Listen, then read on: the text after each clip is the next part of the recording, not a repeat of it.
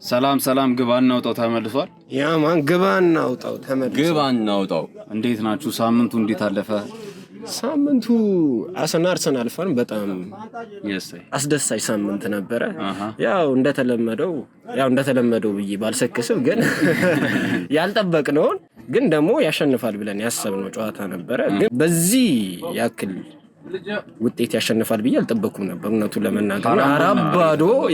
አራባዶ አትሌቲን ማሸነፍ ማለት በጣም ትልቅ ውጤት ነውና ለመላው አርሰናል ደጋፊ የሳምንት በጣም አሪፍ ሳምንት ነው ብዬ አስባለሁ። በጣም ምን ያህል ለዋንጫ እንደቀረባችሁ ለትልቅ ዋንጫ እንደቀረበ ቡድኑ የሚያሳይ ነው። ይሄ እንደተራበ እንደተጠማ የሚያሳይ ነው። ሁሉም ተጫዋቾች ላይ ያየ ነው ስፕሪት ማለት ነው። ሊቪም ደግሞ ወደ አሸናፊነት ተመልሷል። ከአራት ተከታታይ ሽንፈት በኋላ ፋይናሊ we are back። ፍራንክፈርት እንግዲህ 5-1 በሆነ ሰፊ ውጤት ማሸነፍ ችሏል እና ደግሞ በጣም መቀዝቀዝ የታየባቸውን ተጫዋቾች ላይ መነቃቃት የሰጠ ጨዋታ ነበረ። ዊልትዝ 2 አሲስት አድርጓል እና አሪፍ ፐርፎርማንስ ነበር ያሳየው። ቲኪም ወደ ጎል አግቢነቱ ተመልሷል። ያው ኔቨር ሌፍት ግን ያው ተመልሷል። ቢያንስ ሰሞኑን አልነበረም። በሰሞኑኛ አቋም ላይ ስለነበርን ጆኮሬሽን ባይዘው ያግብተው ሁለት ጎል አግብቷል። በጣም ደስ የሚል ነው። በጣም አሪፍ ሳምንት ነው ለብዙ ተጫዋቾች። በጣም ፊቱ ላይ አይታችሁታል ፈገግታው።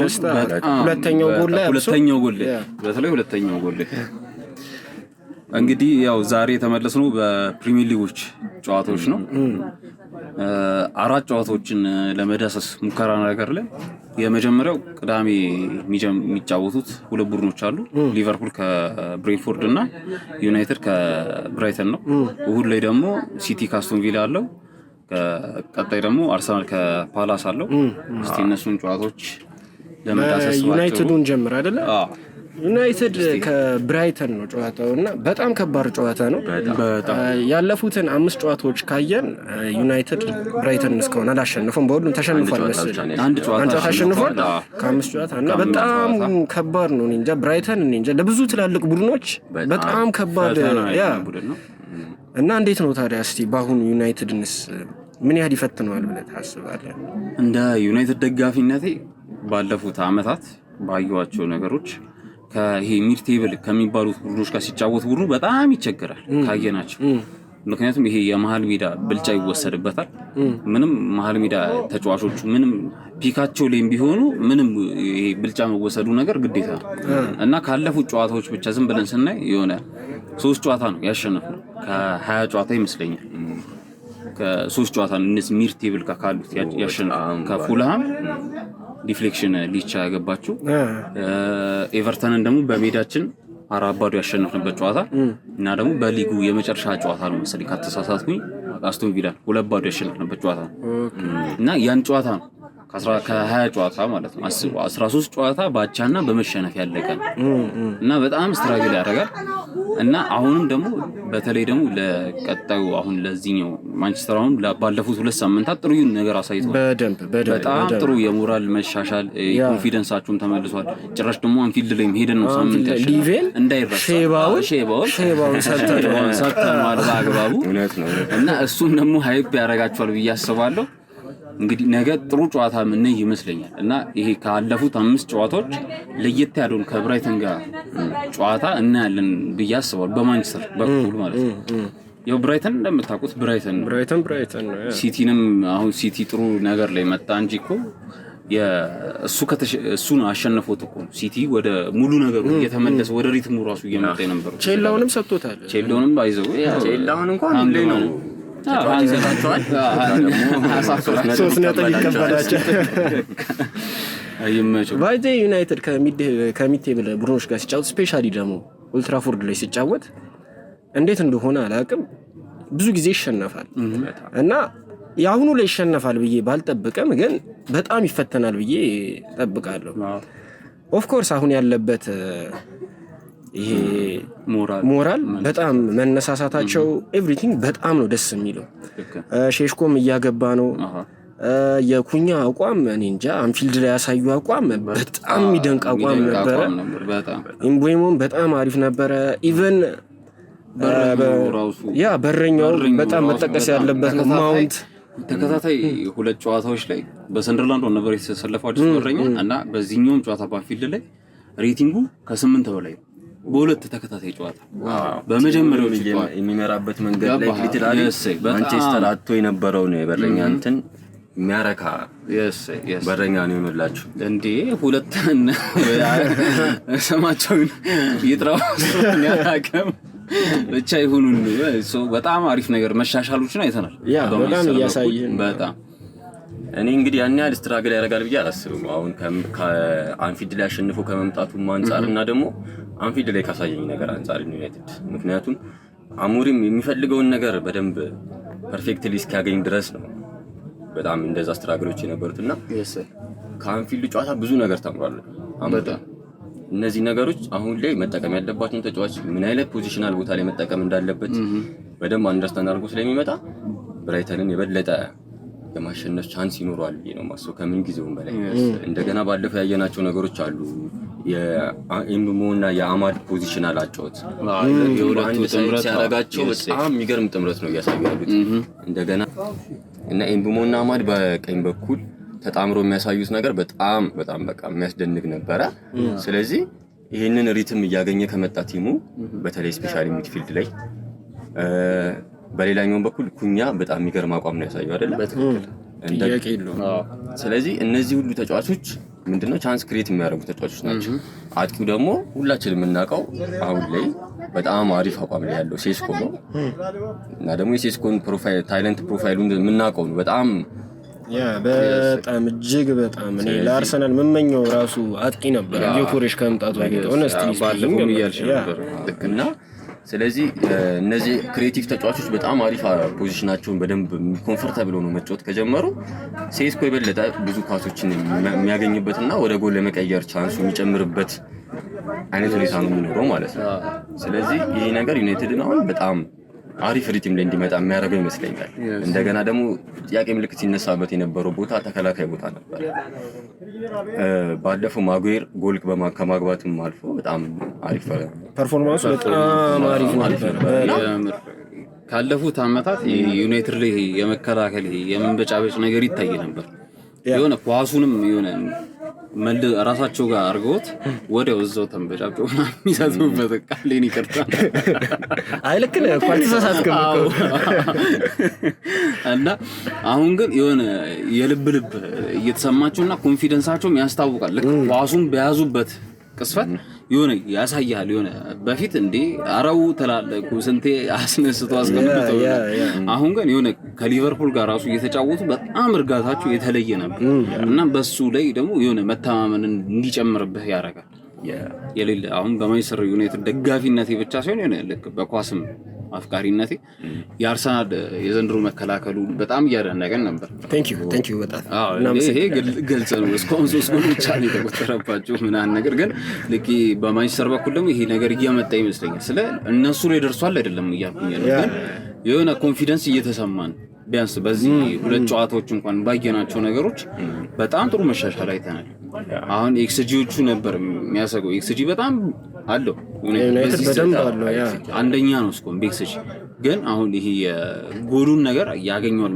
አይመስልም ነበር ግን አሁን በዚህ ሁለት ጨዋታዎች እያሳየን ነው ብዬ አምናለሁ ኤክስጂዎቹ ወደ ኮንቨርጀንስ እየቀየራቸው ስለዚህ እንግዲህ ዩናይትድ የበለጠ ግምት እንሰጠዋለን በዚህ ጉዳይ እንግዲህ ግን ብራይተን ደግሞ የሚናቅ ቲም አይደለም ጭራሽ የሚናቅ ቲም አይደለም በጣም ታፍ የሆነ ቲም ነው በጣም ትልቅ ቲም ላይ በተለይ በጣም ስፔሻሊ ደግሞ ዩናይትድ ላይ ዩናይትድ ጊዜ ያለውን ስታርት እንደምንሆነውና በአግባቡ ይኮረኩማል ነበር ሲያገኘ ስለዚህ እሱም እንዳለው ነው በጣም አጓጊ ጨዋታ ሊሆን ይመስለናል ሶ ውጤት ፕሪዲክት አድርገን ወደ ቀጣዩ ርዕሳችን ሄድ እስቲ ከዛ በፊት ዩናይትድ ጋር ስሙ እየተያዘ ያለ የብራይተን ተጫዋች አለ አይደለ ባሊባ እስቲ ስለሱ የተወሰነ ነገር በዚህ አመት አሪፍ አቋም እያሳየ አይደለም ቤንች ራሱ እየቀየረ እያስወጣው ነበር ግን አሁን አዲስ ነገር ሳይቀየር አይቀርም መሰለኝ በማንቸስተር በኩል እሱ ያላቸውን ሐሳብ ካርሎስ ባሊባ ላይ ያላቸውን ሐሳብ ተታው የክሪስታል ፓላሱ ጆን ዋርተን ወደሱ አርገዋል እየተባለ ነው እንግዲህ ሌላ አሪፍ ተጫዋች በጣም በጣም የሚደንቅ ልጅ ነው በጣም አሪፍ ልጅ ነው በጣም እና ወደዛ ሳይዞሩ አይቀርም ግን አሁን የዘንድሮ ባሊባን ካየን ግን ልክ እንዳም ነው ጥሩ ነገር እያሳየ አይመስለኝም እሱም ነው ወደ የሆነ ፐርፎርማንሱ ቃል ነው በጣም ወርዷል። ስልክ ካምና ከነበረው ነው እንጂ ጥሩ እንቅስቃሴ ነው የሚያደርገው። አሁን በብራይተን በኩል ጥሩ ጎን የምታነሳው በቀኝ በመሀል አጥቂና በግራ በኩል ያሉት ነው። ምክንያቱም አንድ በቀኝ በኩል ያልኩ ሚቲ የምትባላለች ግራኝ ነች፣ በጣም ድንቅ ልጅ ነች። መሀል ላይም ደግሞ አጥቂያቸው ሩተር የሚባለው በጣም የሚደንቅ ነው። ዌልቤክም ደግሞ የምናውቀው ዌልቤክ ነው። ልክ እንደ ወይን እያደረ እየጣመ እየመጣ ያለው ዌልቤክ ነው እያየን ያለ ነው። እና የሌለ በዚህ እድሜው እንግዲህ እስካሁን በ11 ሲዝን መሰለኝ ካልተሳሳትኩኝ ጎሎች አግብቷል እና እሱም ከ8 በላይ ነው ምናምን በ11 ሲዝኖች ያለማቋረጥ ማለት እና ምን ያን ኮንሲስተንሲ እንዳለው ይሄ ልጅ የሚያሳየን ስፔሻሊ ብራይተን ከገባ በኋላ ዌልቤክ እንጃ በጣም ነው የበፊቱን አቋሙን ያገኘው። በትክክል። እና እስቲ ውጤት እንገምት። ውጤት ከደጋፊ እንጀምራለን። እንግዲህ 2-1 ያሸንፋል ብዬ አምናለሁ ዩናይትድ። ኦኬ እሺ። ዩናይትድ በጣም አሪፍ መነቃቃት ላይ ነው ያለው እና ይህን ጨዋታ ማሸነፍ የበለጠ ቡስት ስለሚያደርጋቸው ሞራሉን የበለጠ ያለ ማስቀጠል ይሄዳሉ። 3-1 ያሸንፋል ዩናይትድ። በጣም አሪፍ ፕሪዲክሽን ነው እያስባለሁ። ያው የኔ ከእናንተ ትንሽ ነው የሚለየው። ያው ልጅ ቢሮጥ አባቱን አይቀድምም እና 2-1 ይሸነፋል ዩናይትድ። ሄተር ኦፍ ኮርስ ድሮም እኮ እናውቃቸዋለን ድሮስ። ለማንኛውም እሺ አሁን በዚህ ወደ ሊቬና ወደ ብሬንትፎርድ ጨዋታ እናግባ አይደለ? እሺ ሊቨርፑል ከብሬንትፎርድ እንግዲህ ያላቸው አሁን ያለፉት 5 ጨዋታዎች በሁለቱ መሀል የተደረጉት እንዳለ ብልጫ ያለው ሊቨርፑል 5ቱንም አሸንፏል። በሜዳውም ከሜዳውም ውጪ ባሉ ሊቨርፑል ደግሞ አሁን እንደምናውቀው ቻምፒየንስ ሊግ ላይ አሸንፎ ነው የመጣው። ወደ አሸናፊነት ተመልሷል። ከ4 ጨዋታዎች በኋላ 5ኛው ላይ አሻፈረኝ ብሎ አሸንፏል። ስለዚህ እስቲ ምን ሀሳብ ይኖራቸዋል? ብሬንትፎርድ ጥሩ ነገር እያሳየ ይመስለኛል በዚህ ሲዝን። ምክንያቱም ዩናይትድን አሸንፈዋል እና ዌስትሃም ምናምን እያሸነፈ ነው። እንደገና ደግሞ በአዲስ አሰልጣኝ ነው አሁን ያሉት። ተጫዋቾቻቸው በብዛት የሉም እና ጥሩ ላይ ያሉ አቋማቸው ይመስለኛል። ይወርዳሉ ተብሎ ከሚጠበቁ ቡድኖች መሀል አንዱ ብሬንትፎርድ ነበረ። ግን ሲታይ አሁን ብሬንትፎርድ የሚወርድ ቡድን አይደለም። ምንም የሚወርድ አይነት አይመስልም። እና የአሁኑ ጨዋታ በጣም አሪፍ ጨዋታ ይሆናል ብዬ አስባለሁ። ያው ሊቬ ከዚህ በፊት የነበሩትን የፕሪሚየር ሊግ ተከታታይ ጨዋታዎችን ተሸንፎ ነው የመጣው። ኦፍ ኮርስ እናውቃለን። ግን አሁን ቻምፒየንስ ሊግ ላይ አሸንፎ ስለሚመጣ ፕላስ ደግሞ ይሄንን ጨዋታ ውዴታ ማሸነፍ ስላለበት ሊቬ ይሄንን ጨዋታ ይሸነፋል ብዬ አልጠብቅም። ይሄን ጨዋታ ይሸነፋል ብሎ ማሰብና መጠበቅ እንጃ የእብደት ያክል መቁጠር ነው ብዬ ነው ማስበው።